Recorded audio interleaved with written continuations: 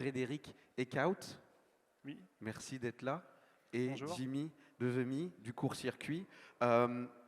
Saveur de terre, hein, ça s'appelle. Tout à fait. Voilà. Donc, toi, tu es agriculteur. Et toi, tu fais partie d'un collectif qui a mis en place un système de distribution pour des gens comme Frédéric. Est-ce qu'on peut commencer par expliquer ce que c'est que le court-circuit? Parce que c'est une très très belle idée et elle est à la fois simple et complexe. Exactement. Le petit bouton. Si j'allume, Ouais, c'est mieux. super. Alors effectivement, elle est très simple à la base, hein. Le court-circuit, c'est un site de vente en ligne qui vous permet d'acheter en direct des producteurs et artisans de la région. Donc on existe depuis maintenant 8 ans, on s'est créé en 2013. Et le concept est simple, c'est de choisir un point de retrait, donc l'endroit près de chez vous. Vous allez pouvoir récupérer une commande de produits locaux. Une fois que vous avez choisi ce point de retrait, vous allez avoir accès à l'offre qui est proposée par un collectif de producteurs et artisans qui livre ce point de retrait. L'idée, c'est de couvrir toute l'offre alimentaire. Donc vous allez retrouver des fruits, des légumes, de la viande, des produits laitiers, épiceries sucrées, salées, enfin, la totale pour vous régaler. On propose des produits bio et des produits non bio. C'est des producteurs et artisans uniquement du Nord-Pas-de-Calais. Et du coup, vous faites votre commande donc en drive, donc c'est-à-dire que vous ajoutez ce que vous voulez, quand vous voulez. Pas d'abonnement, pas de panier imposé. Vous connaissez qui est derrière votre produit. Donc derrière le produit, vous connaissez le producteur, le lieu de son exploitation, ses méthodes de production. Par exemple, si vous avez envie de bons légumes bio, vous allez savoir que c'est Frédéric qui est derrière vos carottes, qu'il est en bio et que son exploitation est située à Terre de Game. Donc vous ajoutez vos produits, vous payez en ligne, après il ne reste plus qu'à venir récupérer la commande dans le point de retrait sélectionné. Et le court-circuit s'est construit autour de deux grandes valeurs. C'est d'être une solution juste, puisque chez nous, ce sont les producteurs et artisans qui fixent librement leur prix. Et ce, pour leur assurer une rémunération à la hauteur du travail fourni, un peu inversé ce qui se fait dans les circuits classiques. Et une solution donc transparente également, puisque vous savez qui est derrière le produit, comme je l'ai dit, et vous savez aussi précisément qui gagne quoi. Et donc à la fin de chaque commande, on va vous indiquer combien a touché le court-circuit, combien ont touché les producteurs et artisans. Et en l'occurrence, chez nous, le court-circuit touche une commission de 11% sur chaque vente. Et le reste, donc 89%, reste dans les mains des producteurs et artisans. Et quand on connaît un peu les pourcentages… Ouais, si on compare avec les pourcentages de la grande distribution, Voilà. C'est plutôt l'inverse en général. C'est plutôt l'inverse. À peu près, enfin… Si on grossit le trait, c'est à peu près ça. Hein, quasiment. Voilà. Allez, c'est une idée fantastique. C'est aussi, le court-circuit démontre qu'on peut faire autrement, tout en étant rentable, parce que ça fonctionne. Hein, bon. Donc, des fois, on se dit pourquoi on ne le fait pas plus, mais toi, vous, avec le court-circuit, comment c'est venu, comment ça a démarré, comment est né ce projet? Alors, le court-circuit, c'est né d'une envie de citoyen, en fait. On est 3 à avoir créé le court-circuit, on est 3 amis, donc c'est aussi une histoire d'amis. Et en fait, comme pas mal de gens, on a commencé par refaire le monde autour d'un verre de bière, vu qu'on est nordiste. Et puis le lendemain, on retournait chacun à aller travailler. Moi, pour ma part, je travaillais à la Redoute, voilà. J'étais contrôleur de gestion achat dans mon ancienne vie. Et puis un jour, c'est Maxence, un des 2 autres cofondateurs, qui est venu avec l'idée du court-circuit, qui lui était venu d'une manière… assez simple, c'est que lui, dans son travail, il avait pour habitude d'être pas mal sur la route, de passer devant les panneaux de vente directe qu'on connaît tous maintenant. Ici, ils vendent œufs, ici, ils vendent carottes, voilà. Et ça l'avait un peu interpellé. Il s'était dit, moi, quand je viens à Lille, refaire le monde avec mes 2 camarades, il n'y a pas grande solution pour manger local, pour manger en direct des producteurs et artisans. On était en 2013, hein, ça a quand même pas mal évolué depuis, ça, faut l'avoir en tête aussi. Et donc, lui, il s'est dit… est-ce que c'est juste sur ma route? Il a déroulé un peu le fil, s'est rendu compte qu'il y avait beaucoup de producteurs et artisans en vente directe dans la région, que l'offre elle était riche et variée, qu'on n'avait pas juste des légumes dans la région, mais qu'on avait aussi des éleveurs, enfin voilà, qu'il y avait en gros de quoi faire toutes ces courses.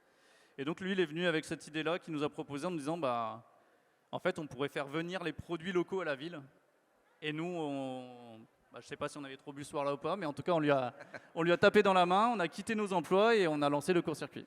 Le fait que tu aies, toi, par exemple, une expérience avec, même si ce n'est pas de l'alimentaire, de la grande distribution, d'avoir vu ça de l'intérieur, ça a joué, j'imagine, dans ce changement, ou en tout cas cette… Ouais, alors effectivement, une partie de ce que je faisais… Alors, tout n'est pas acheté dans chaque expérience. Non, c'est pas ce que je veux dire. Hein. C'est ce que je dis toujours, j'ai beaucoup appris aussi. Mais par contre, effectivement, ce que je faisais au quotidien, c'était un peu l'inverse de ce que je fais maintenant.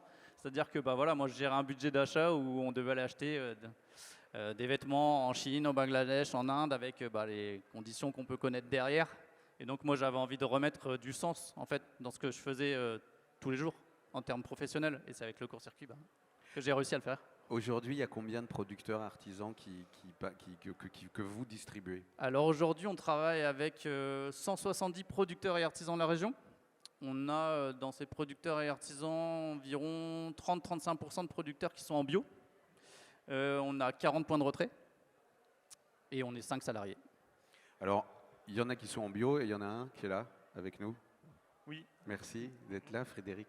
Tu es à Terdegem, tout à fait. juste à la frontière avec la Flandre occidentale belge, en plein cœur de la Flandre française. Tu fais beaucoup de choses. Est-ce que tu peux nous dire l'étendue de ta production? Oui, donc on est maraîcher également en bio, hein, on fait partie des bio du court-circuit. On est principalement maraîcher, hein, c'est notre activité principale, on a démarré vers les années 2010. Après aussi une reconversion, voilà. Et un peu à la fois on s'est diversifié pour vendre aux particuliers. Au départ on a démarré avec un magasin à la ferme. Et donc on s'est dit tiens il faudrait aussi des œufs. Donc on a commencé les poules pondeuses pour les œufs. Ensuite on s'est dit tiens il faudrait de la farine. Donc on s'est cultivé du blé. Alors en 2019 on a acheté un moulin et comme ça on est aussi meunier voilà, pour proposer de la farine et notamment de la farine locale parce qu'on cultive aujourd'hui des variétés locales et anciennes de blé. Donc c'est du blé ancien beaucoup plus digeste que les blés classiques. On commence à travailler aussi avec des boulangers, hein, mais bon, ça, on sort du cadre. On fait aussi des légumes transformés, c'est-à-dire qu'on est capable avec un labo de faire de la carotte râpée, de la carotte en rondelles qu'on peut mettre sous vide, et depuis cette année des conserves. Donc tout ce qui est carottes en bocaux, des soupes, des betteraves rouges cuites, toute cette gamme-là, pour pouvoir proposer un maximum de produits aux consommateurs, mais ça aussi grâce au court-circuit, parce qu'on peut proposer tous ces produits. Et quand on voit toute la gamme proposée, on se dit tiens, il manque peut-être ça, il manque peut-être ça. Est-ce qu'on peut le faire? On le fait, on essaye. On n'est pas obligé d'investir des millions d'euros tout de suite. On peut essayer dans un labo, on va dire un peu plus artisanal. On voit que ça marche, on se développe, et c'est vraiment un beau tremplin pour la diversification, quoi. Et il y a tous ces éléments dont tu parlais, Jimmy, tu peux fixer ton prix, donc quand tu lances un produit, tu peux toi-même ajuster, tu es sûr que tes investissements vont être amortis, en tout cas, ça aussi, ça joue fortement. La grande distribution, si tu lançais un nouveau produit, ils iraient tout de suite dire « j'en veux tant et je te paye ça », alors que là, il y a une question de quantité, c'est-à-dire que là, on peut très bien démarrer, il y a à peu près 40 points de retrait, je pense qu'on est sur, pas 40, mais pas loin. Donc pas surtout, mais on peut très bien dire « j'essaye un produit sur 10 », pour voir si ça fonctionne, pour ne pas avoir des volumes énormes tout de suite. Je fixe ce prix-là, je vois comment ça fonctionne, quoi. Voilà. Si c'est la grande distribution, tout de suite, on va devoir livrer des quantités importantes, donc investir fortement. Et si ça ne marche pas, finalement, les risques sont beaucoup plus importants. Là, on est déjà sur une taille beaucoup plus raisonnable et ça nous permet d'avoir plein d'idées et d'essayer ces idées. Quand tu évoquais les choses, on voit que des idées, t'en as plein, tu t'arrêtes pas. Il faut le contenir. Parfois, je ne sais pas comment ça se passe. Est-ce qu'il y a aussi un dialogue? Est-ce que le court-circuit, entre le court-circuit et toi, pour se dire, tiens, ça plutôt ci, plutôt ça, comment ça fonctionne ça? C'est ce qui fonctionne aussi avec le court-circuit, c'est que c'est des gens, c'est pas une plateforme XY, derrière c'est des humains. Et avec qui on peut parler. On a Maxence qui est on va dire plus sur le terrain, Jimmy plutôt à la tête mais qui est aussi disponible on va dire plus dans le bureau mais qui discute également beaucoup en réunion, etc. Voilà, c'est vraiment cette dimension humaine qui me est importante. Et aujourd'hui, si je veux développer des marchés, ma condition c'est de travailler avec des humains. Voilà, si c'est pour livrer et puis pas savoir qui est-ce qu'il y a derrière, qui va gérer, c'est pas la peine. Voilà. Le circuit court, c'est aussi ça, hein, tu dis humain, c'est de relier à nouveau ces espaces qui étaient déconnectés les uns des autres. C'est pas uniquement une affaire de produit, on est d'accord? On est carrément d'accord, il y a pour nous deux enjeux, c'est d'abord de recréer du lien et de reconnecter les consommateurs aux producteurs et artisans, puisque on voit que ce lien s'est totalement défait avec les années et qu'il y a encore beaucoup à faire là-dessus, et notamment sur le fait de revaloriser en fait le travail du producteur, de l'artisan auprès du consommateur et qu'il se rende compte en fait de son quotidien. Nous on a on se tient à ce rôle-là vraiment d'imager, j'ai envie de dire de mener une éducation en fait du consommateur autour de ça, c'est quoi le quotidien d'un producteur, et qu'on se rend compte que oui, tout n'est pas disponible tout le temps, que la qualité a un prix, que voilà, toutes ces choses-là qui sont indispensables à maîtriser si on parle au consommateur, si on veut faire avancer les choses aussi.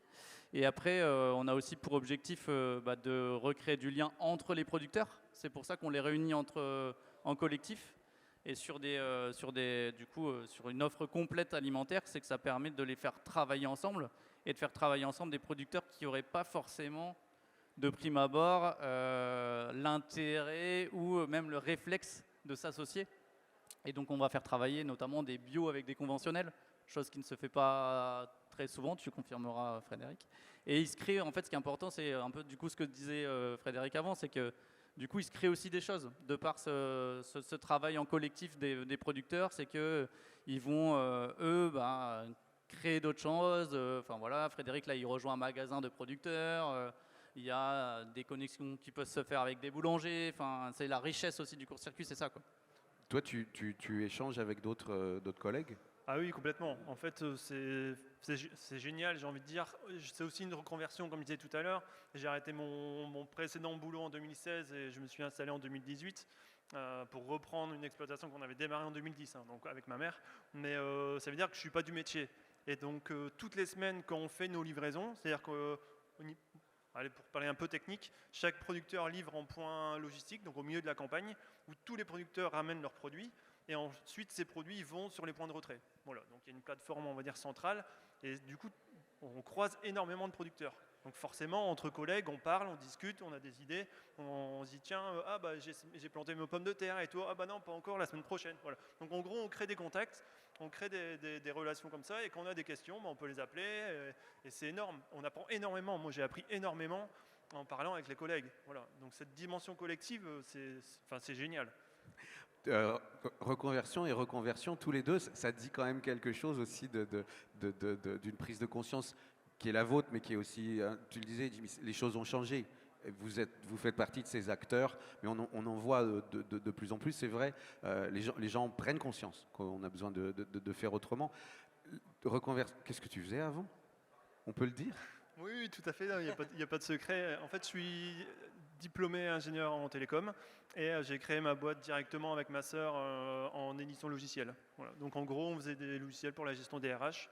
C'est une entreprise qui existe encore parce qu'elle a rejoint un groupe.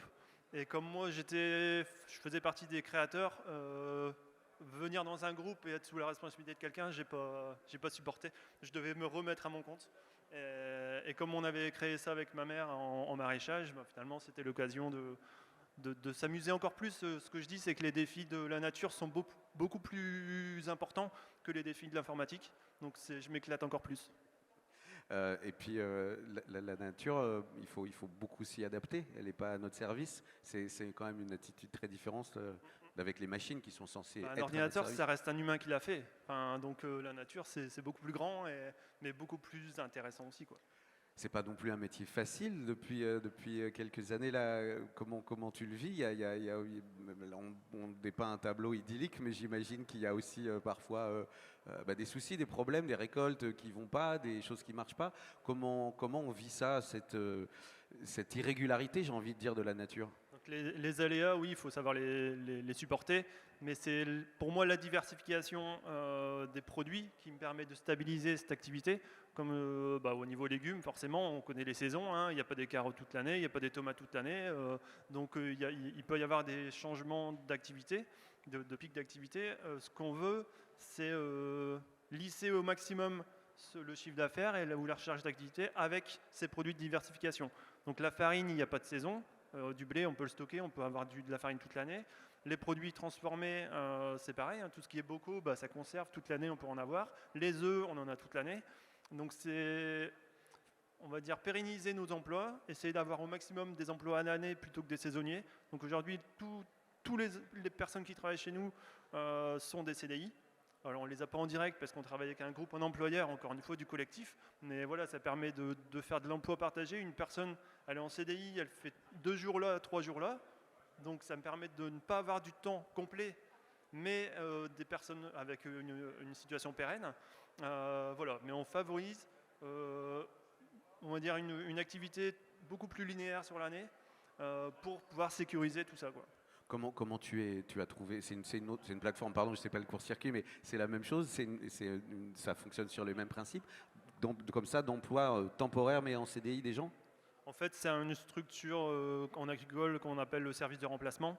Quand un exploitant agricole est malade, il y a des remplaçants qui sont formés pour les métiers agricoles, mais ils sont aussi formés pour les surcharges d'activité ponctuelles, mais aussi sur un engagement annuel des salariés. Voilà. Et donc, Quand on vous entend parler tous les deux, c'est à la fois on pourrait imaginer que tout ça c'est pas imaginer, c'est très militant, c'est très politique, et en même temps c'est chez aucun de vous deux ce que vous mettez en avant. Vous êtes pas, tu me dis si je me trompe, Jimmy, mais c'est pas une question de convertir les gens, c'est une question de vraiment le faire. Je me trompe pas? Alors j'ai envie de dire, il y a les deux. Ok. Il y a les deux. Il y a effectivement le faire, montrer que c'est possible.